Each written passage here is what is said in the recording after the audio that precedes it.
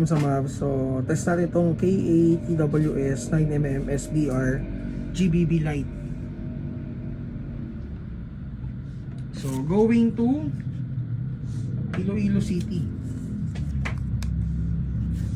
Okay, so polymer yung body, polymer din yung front assembly. So may front and rear sights. So magazine niya is 50 rounder magazine. So compatible siya sa WE. Kaya kumuha si bossing ng dalawang magazine. Okay, so test natin. Check natin kung ilang FPS.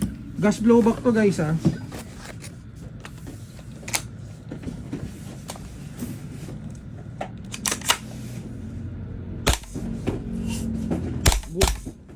Auto. So ayan, nag-lock na siya. Thank you kay bossing. For details, PM kayo sa page namin, Mapsam siya.